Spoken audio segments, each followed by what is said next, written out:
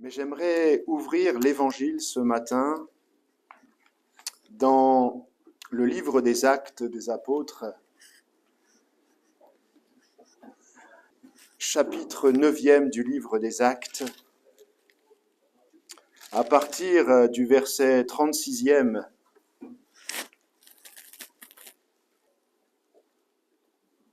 Il y avait à Joppé parmi les disciples une femme nommée Tabitha, ce qui signifie Dorcas.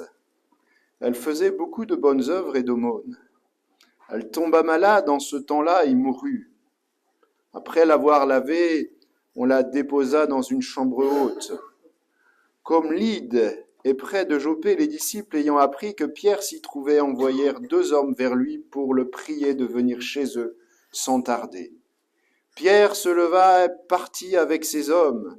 Lorsqu'il fut arrivé, on le conduisit dans la chambre haute. Toutes les veuves l'entourèrent en pleurant et lui montrèrent les tuniques et les vêtements que faisait Dorcas pendant qu'elle était avec elles.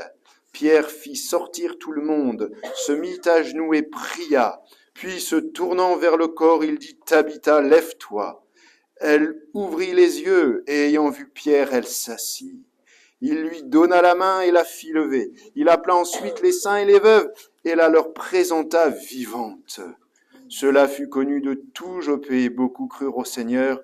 Pierre demeura quelque temps à Joppé chez un corroyeur nommé Simon. Que le nom du Seigneur soit glorifié. Je ne sais pas si nous nous rendons bien compte de ce que nous lisons.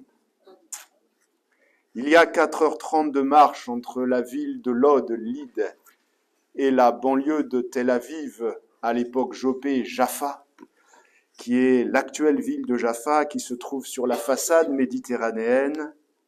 Et ce trajet, l'apôtre Pierre, qui venait dans le nom du Seigneur Jésus-Christ déjà d'accomplir un miracle spectaculaire par l'exercice d'un don spirituel, le don de guérison, celle d'un homme qui avait été paralysé pendant 8 ans dans son lit est née.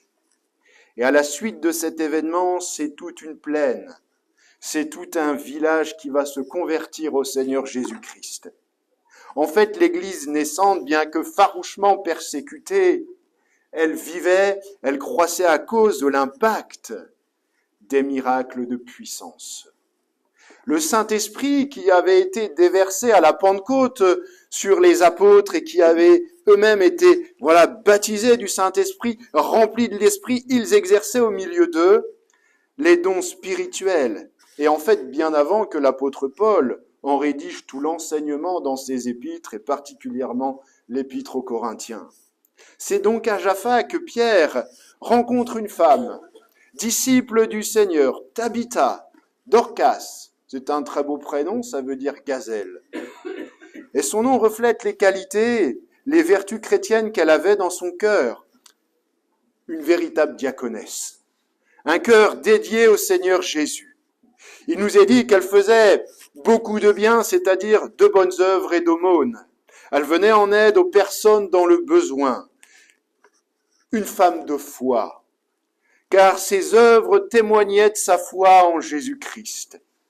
Et si les églises primitives étaient en pleine croissance, les malades, les pauvres, étaient aussi toujours la réalité de ce monde.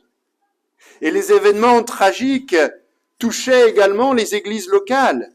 Et l'église locale de Jaffa vivait l'épreuve subite de ce qu'ils ont vécu dans leur quotidien. Un triste événement venait de se produire. Cette église locale de Jaffa venait de perdre l'une des leurs, Tabitha.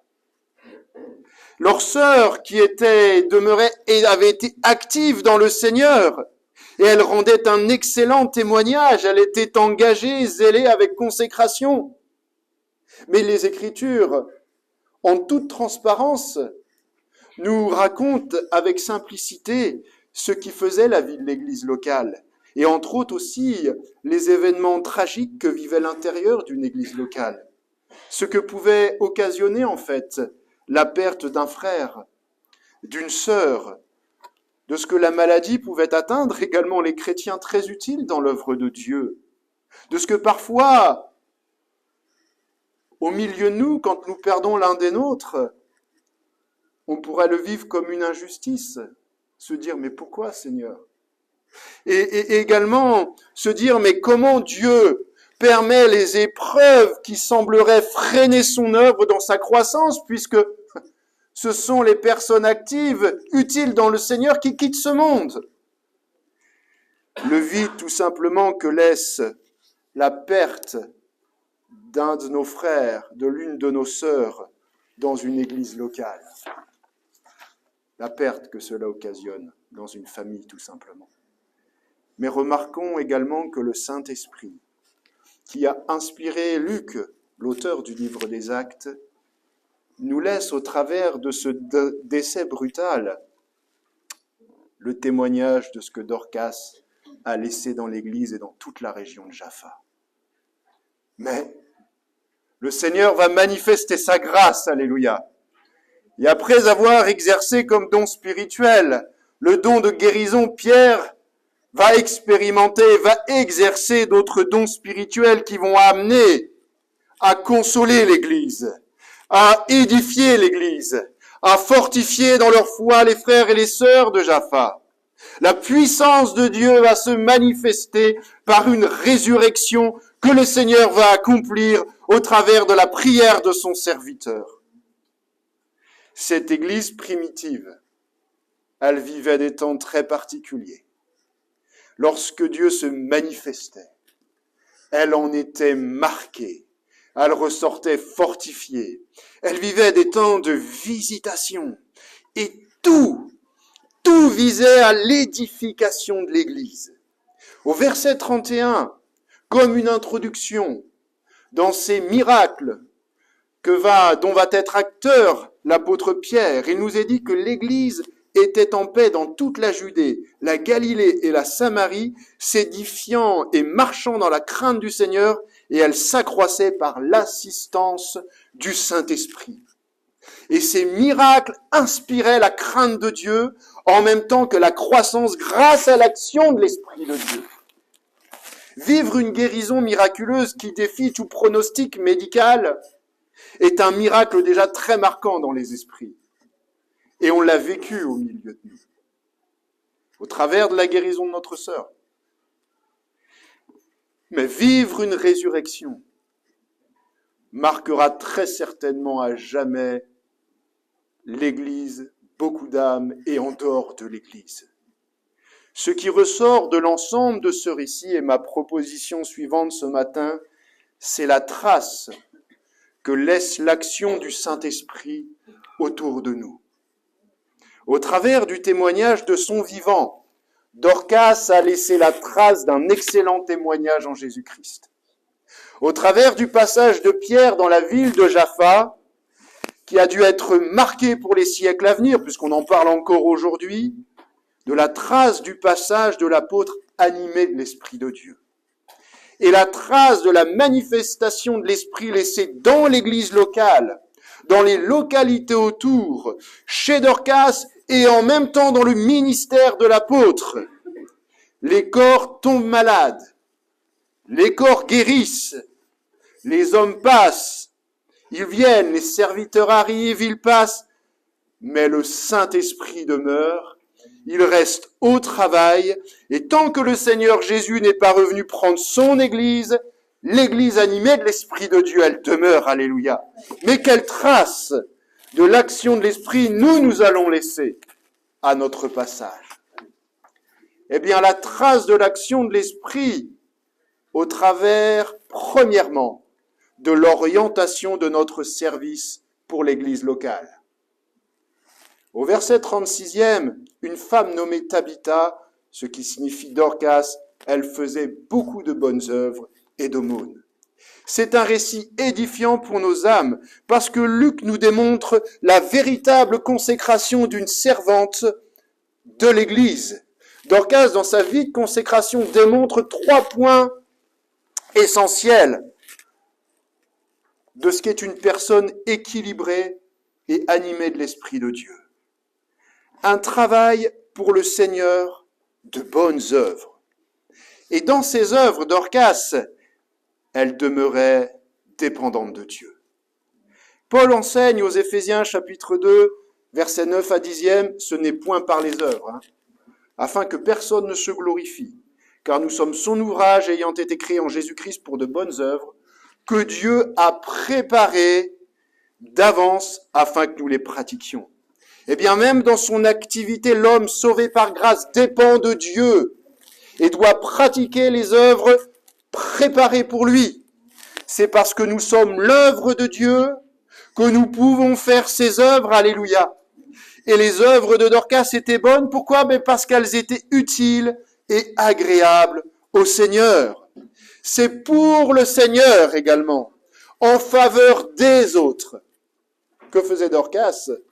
Bien par l'aumône. Le récit, et c'est très intéressant, nous montre un service efficace immédiatement mis en place dans l'église primitive de Jaffa. Pour Dorcas, c'était servir le Seigneur au travers des œuvres sociales. Mais de manière générale, c'est ce qui doit caractériser notre service et ce qu'en fait nous devons jamais perdre de vue dans notre service, servir le Seigneur, mais jamais sans perdre de vue les autres. Et cela doit demeurer pour tous les services. Les monitrices, c'est flagrant. Je sers le Seigneur en faveur des enfants. Pour l'évangélisation, c'est flagrant. Je sers le Seigneur, mais au dehors, pour les autres, au dehors de l'Église. Dans le service de la louange, je sers le Seigneur en faveur du peuple, afin d'amener les autres à l'adoration. Mais c'est également vrai pour l'équipe de ménage, c'est également vrai pour l'équipe d'accueil. Comment mon service, pour le lieu même où je sers, comment il est tenu, peut amener les autres également à se convertir au Seigneur. J'entretiens la maison de Dieu, mais c'est aussi les autres que je désire interpeller, puisque l'Église n'est pas un lieu comme un autre. Chapitre de Matthieu, chapitre 21, verset 13, Jésus rappellera, en citant les paroles du prophète Ésaïe, Jésus le rappelle au sacrificateur du temple, sur le parvis du temple, « Ma maison sera appelée une maison de prière. » Mon service n'est pas un travail comme les autres. Ce qui était valable, et ce que l'on a vu la semaine dernière dans les 3 dimensions de l'Église, ce qui est valable pour l'Église véritable, défini sur 3 axes, se vérifie dans notre service, reprenant les principes de la croix avec ces 3 axes, ces 3 dimensions, c'est-à-dire dans mon service, dans la relation verticale que j'entretiens avec Christ, dans la relation horizontale avec les autres croyants et dans la séparation avec le monde, puisque l'Église a été appelée hors d'eux, mais néanmoins à briller au milieu des autres. Et ce que nous révèle la vie de Dorcas, c'était que le témoignage qu'elle a laissé, le zèle qu'elle a démontré, son efficacité du travail en lui-même, était en faveur des autres. Les veuves entourèrent l'apôtre, et pleurant, et lui montrant les tuniques et les vêtements qu'elle faisait. Et le moment tragique de cette perte pour l'Église va révéler la trace du témoignage laissé par cette sœur. Les tuniques et les vêtements qu'elle faisait pour les veuves. Les pauvres, c'était les veuves. Une veuve était pauvre. Et c'est en fait souvent lors de la perte d'un frère, d'une sœur, que se révèle véritablement sa valeur. Sa valeur. Et nous révèle la trace de l'action de l'Esprit de Dieu au travers de cette sœur ou de ce frère. Sa trace laissée également au sein d'une église locale par la communion fraternelle. C'est très important parce qu'à Jaffa, qu'est-ce que l'on constate ? C'est qu'il y avait d'autres disciples présents lors de cet événement tragique, c'était les frères de l'église, les sœurs de l'église. Et regardez comment ils entourent leurs sœurs, même une fois décédées. C'est eux-mêmes qui procèdent aux soins funéraires. La manière avec laquelle ils vont la préparer et l'installer dans une chambre haute. C'est la reconnaissance de toute une église locale pour leurs sœurs. Malgré la tristesse, l'événement tragique du moment, on y voit l'empreinte des liens d'amour, des liens d'affection, de compassion qu'ils devaient régner, et le témoignage laissé, la trace laissée de l'amour fraternel de cette église locale. cet amour fraternel avait marqué l'Église locale, jusqu'à être capable de faire les soins funéraires eux-mêmes pour leurs sœurs. La trace de l'action de l'Esprit de Dieu au travers de mon service dans l'Église. La trace de l'action de l'Esprit de Dieu au travers de ma vie de prière, deuxièmement. Verset 40, Pierre fit sortir tout le monde, se mit à genoux et pria. Ce qu'une vie de prière maintenant est capable de faire vivre à l'Église locale. Le Seigneur est reparti dans la gloire céleste. Et il avait fait cette promesse aux apôtres, vous recevrez le Consolateur. Ce qui va s'avérer, mais ils ne comprennent pas immédiatement, les disciples, quand Jésus leur dit ça, parce que Jésus est en train de leur dire l'un des plus gros avantages de son départ dans la gloire. Et ensuite, de tous les dons spirituels qu'il va déverser au travers des croyants pour son Église. Ils seront donc à la Pentecôte, les disciples, les premiers bénéficiaires de cette puissance. Et quelle puissance! Puisqu'elle intervient au moment le plus favorable pour l'Église naissante, c'est que l'Église naissante fait face à une grande persécution et elle a la nécessité d'avoir une édification, une croissance nécessaire. Et cela va se faire grâce à l'exercice des dons spirituels, alléluia. On parle du livre des Actes des Apôtres, c'est également le livre des Actes du Saint-Esprit. Pierre et Luc ici, dans sa rédaction, va nous laisser un passage excellent qui nous enseigne en fait sur l'aspect pratique des dons spirituels et nous donne le parfait exemple de ce que sont l'exercice des dons de puissance, c'est-à-dire 3 dons. Le don de guérison, le don de la foi et le don d'opérer des miracles. Et Pierre venait d'exercer un don dans le récit précédent à Lode. Alors qu'il effectuait des visites pastorales, il guérit dans le nom de Jésus-Christ, cet homme nommé Aîné, paralysé. Et ce don est caractérisé donc par une puissance surnaturelle pour guérir les malades, ce qui permit à quoi à l'Église? Eh bien que la nouvelle se répande et amena d'autres âmes à la conversion. C'est pleinement le but des dons spirituels. Consolation et édification de l'Église. On est en plein dedans. Mais là, nous assistons à une succession, grâce aux écrits de Luc, à une succession de dons spirituels, car dans notre récit, dans la maison de cette femme, de cette sœur Dorcas, Pierre, rempli de l'Esprit de Dieu, va exercer le don de la foi, c'est-à-dire qu'il est doté à un moment donné d'une confiance surnaturelle en Dieu pour les choses miraculeuses. La foi en tant que don est quelque chose de différent de la foi qui sauve et de la foi qui est une composante du fruit de l'esprit dans Galates 5, 22. Certains pensent qu'il s'agit de la foi qui transporte les montagnes ou du genre de foi dont faisaient preuve les héros de la foi cités dans Hébreux 11. Mais le don de la foi est donné au corps de l'Église pour une occasion spéciale, à un moment donné dans une situation particulière. Alors que ces héros de la foi, eux, ont fait preuve et ont été animés d'une foi constante dans leur mission que Dieu leur avait donnée. Mais le Saint-Esprit peut donner à un moment particulier à l'un des nôtres, baptisé de l'Esprit de Dieu, au moyen d'un chant, au moyen d'une prière, au moyen d'un témoignage ou de la prédication, pour impartir la foi et augmenter le niveau de la foi du corps. Eh bien, ce don de la foi s'exprime par la puissance nécessaire pour agir dans un cas particulier. Dans le premier don de guérison exercé par Pierre dans le récit précédent, le but était de guérir, de délivrer les malades, détruire les œuvres du diable dans le corps de l'être humain, mais également d'amener les hommes à Dieu puisque la nouvelle se répand.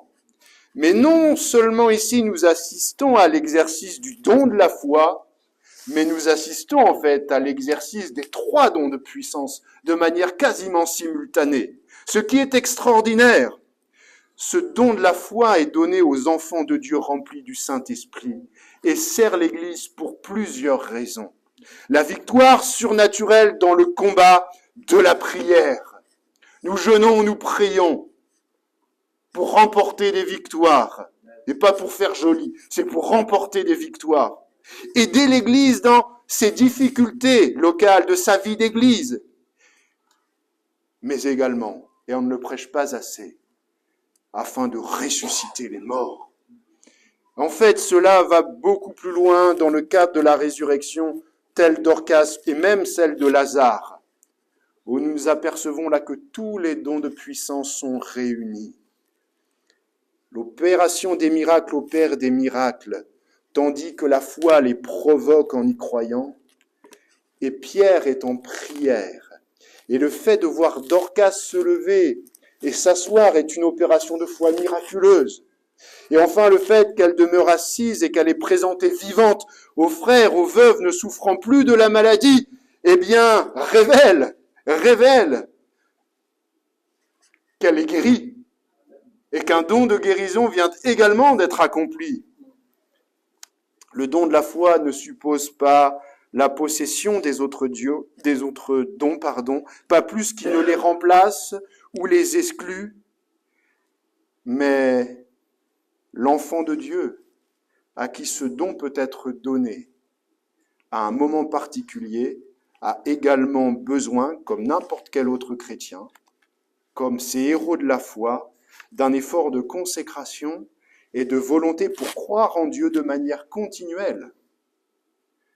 Maintenant, le Saint-Esprit, au travers d'hommes consacrés, donnait ses dons de puissance, car l'Église en avait besoin. Et le Saint-Esprit désire encore ce matin donner ses dons de puissance. L'esprit de prière va rester le maître mot. Les dons spirituels sont les attributions du Saint-Esprit, non seulement pour les ministères, mais pour tous les croyants qui veulent y croire. Et dans d'autres périodes, nous verrons le Saint-Esprit pour les besoins de l'Église déverser non pas forcément des dons de puissance, mais des dons de révélation, des dons d'inspiration, et toujours au travers d'hommes et de femmes consacrés, mais de la même nature que vous et moi. Je n'ai jamais eu la grâce de vivre, de connaître une résurrection, mais Dieu m'a fait connaître un moment extraordinaire. Dans mon ancien travail, pendant 21 ans, j'ai été au contact de la mort. 21 ans. Et il y a 11 ans de cela, donc ça faisait déjà 11 ans que j'étais là, j'étais témoin d'un accident de la route. Une jeune fille, une jeune motarde, étalée sur la route. La moto était à 150 mètres. La moto avait atterri sur le terre-plein du rond-point, elle avait tapé la bordure du trottoir. Et cette jeune femme était en train de trembler, choc anaphylactique. Et puis tout de suite, les secours arrivent, et les pompiers me disent, elle est intransportable. Intransportable. Alors on fait venir l'hélicoptère, le SAMU vient par hélicoptère, et le médecin vient de dire dans l'oreille, elle va mourir dans quelques instants. Et elle tenait ma main, et elle pleurait, je veux pas mourir, je veux pas mourir. Et une fracture du bassin venait d'être constatée. Une fracture du fémur venait d'être constatée. Ils l'ont maintenue, ils l'ont transférée en hélicoptère dans le service neurologique. Et moi, je suis rentré chez moi. J'ai pleuré le Seigneur. J'ai dit, ça fait 11 ans. 11 ans que j'assiste à des morts. 11 ans que je vis la mort au quotidien. Fais quelque chose, je suis tombé à genoux, j'ai pleuré toute la nuit. Et 2 jours après, je vois le lieutenant des pompiers et il me dit, la fille est sortie de l'hôpital. Elle ne comprenait pas pourquoi. J'avais vu la fracture du bassin. J'avais vu la fracture du fémur.